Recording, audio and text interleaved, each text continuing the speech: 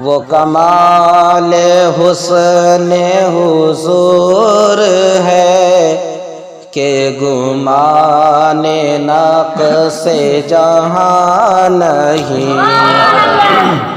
وہ کمال حسن حضور ہے کہ گمان نقص جہاں نہیں۔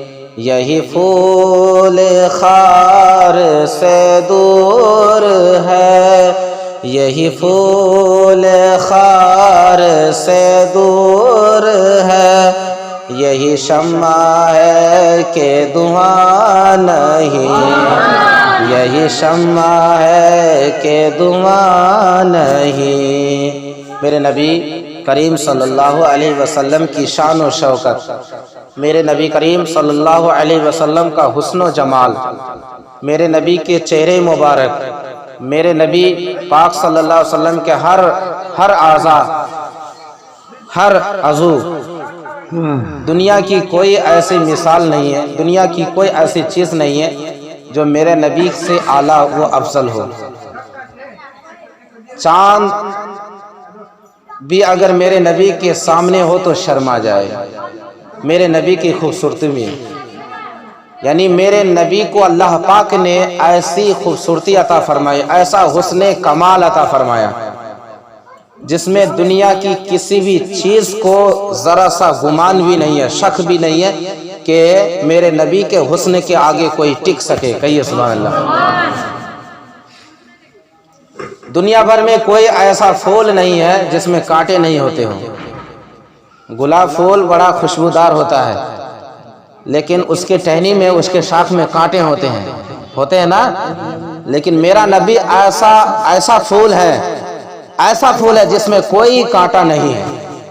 حضرت انس رضی اللہ تعالی عنہ سے روایت ہے، میرے نبی کریم صلی اللہ علیہ وسلم کے صحابہ ہیں، میرے نبی صلی اللہ تعالی علیہ وسلم کی شان میں حضرت انس روایت کرتے ہیں کہ میں نے دنیا کی کوئی ایسے عطر اور مشک میں ویسی خوشبو نہیں پائی جو خوشبو میرے نبی کے پسینے میں ہے۔ کہیے سبحان اللہ۔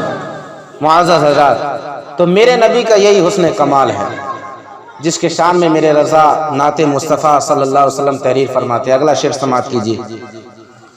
دو جہاں کی بہتر یا نہیں کہ امانی یہ دل و جان نہیں۔ کہیے سبحان۔ دو جہاں کی بہتر یا نہیں کہ امانی یہ دل و جان نہیں۔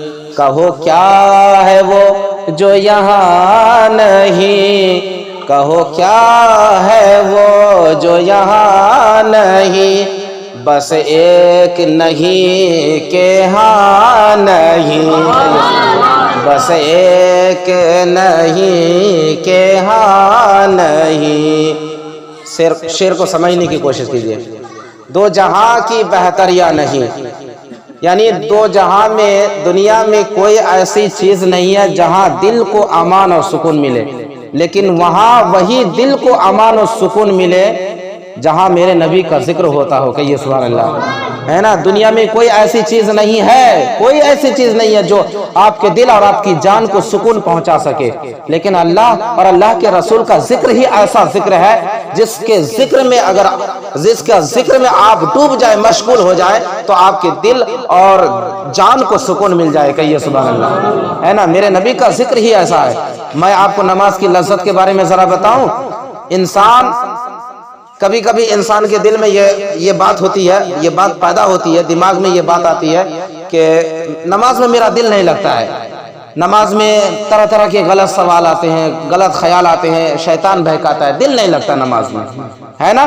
معززات، میں اس کا جواب یہ دینا چاہتا ہوں، سنیے۔ جب بخار آ جاتا ہے، جب بیمار پڑ جاتا ہے، مان لو بخار آ گیا، ہاں، تو بخار کی حالت میں اسے کھانا کھلایا جائے تو کھانے کی لذت ملتی ہے، کھانے کا وہ ٹیسٹ ملتا ہے؟ نہیں ملتا ہے، عجیب سا کھانا لگتا ہے، یعنی کھانے کا دل نہیں چاہتا، کھانے کا دل نہیں کرتا، کھانے میں وہ لذت، وہ ٹیسٹ نہیں ہے۔ لیکن انسان بھوکا بھی نہیں رہ سکتا, آدمی بھوکا بھی نہیں رہ سکتا. 10 دن آدمی اگر بخار میں پڑے رہے تو کیا 10 دن آدمی بغیر کھائے پیے رہ سکتا؟ نہیں رہ سکتا. لیکن اسی کھانے پینے کے ساتھ ساتھ پھر اس کو اچھا ہونا ہوگا, اس کو بیمار سے تندرستی ملتی ہے, دعا اور دوا کے ذریعے سے تندرستی ملتی ہے. پھر اس کے بعد اس کو کھانے میں لذت ملتی ہے, کھانے میں وہ مزہ ملتا ہے, وہ ٹیسٹ آتا ہے. جب اس کا صحت تندرست ہو جاتا ہے, جب وہ صحت یاب ہو جاتا ہے, جب وہ شفا پا جاتا ہے, اپنی بیماری سے تندرست ہو گیا, تب اس کو کھانے میں ٹیسٹ ملتا ہے. تو ٹھیک اسی طرح میں آپ کو بتانا چاہتا ہوں, ٹھیک اسی طرح جب بندہ اپنے گناہ میں ڈوب جاتا ہے, گناہ زیادہ کرنے لگتا ہے, اس کے سر میں گناہ کا بوجھ زیادہ ہو, جب وہ نماز ادا کرنے جائے گا تو اس کو نماز میں وہ لذت نہیں ملے گی, وہ ٹیسٹ نہیں ملے گی, نماز میں وہ دل نہیں لگے گا, وہ چاہت پیدا نہیں ہوگی.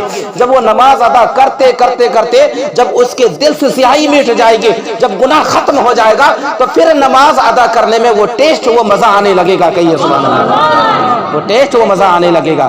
تو معاذ آج مسلمان گناہ میں ڈوبے ہیں, گناہ میں ڈوبے ہوئے ہیں, نمازیں ادا کرنے جاتے ہیں تو دل نہیں لگتا. ایسا لگتا ہے کہ جمعہ کے لیے مسجد میں گئے ہیں تو کتنا جلدی نکلے, شاید ایسا معلوم ہوتا ہے کہ قید خانے میں آئے ہیں. نکلنے میں بھیڑ ہوتی ہے, بھیڑ ہو جاتی ہے, وہ چاہتا ہے ہم آگے جائیں, وہ چاہے ہم آگے نکل جائے, آگے نکل جائے.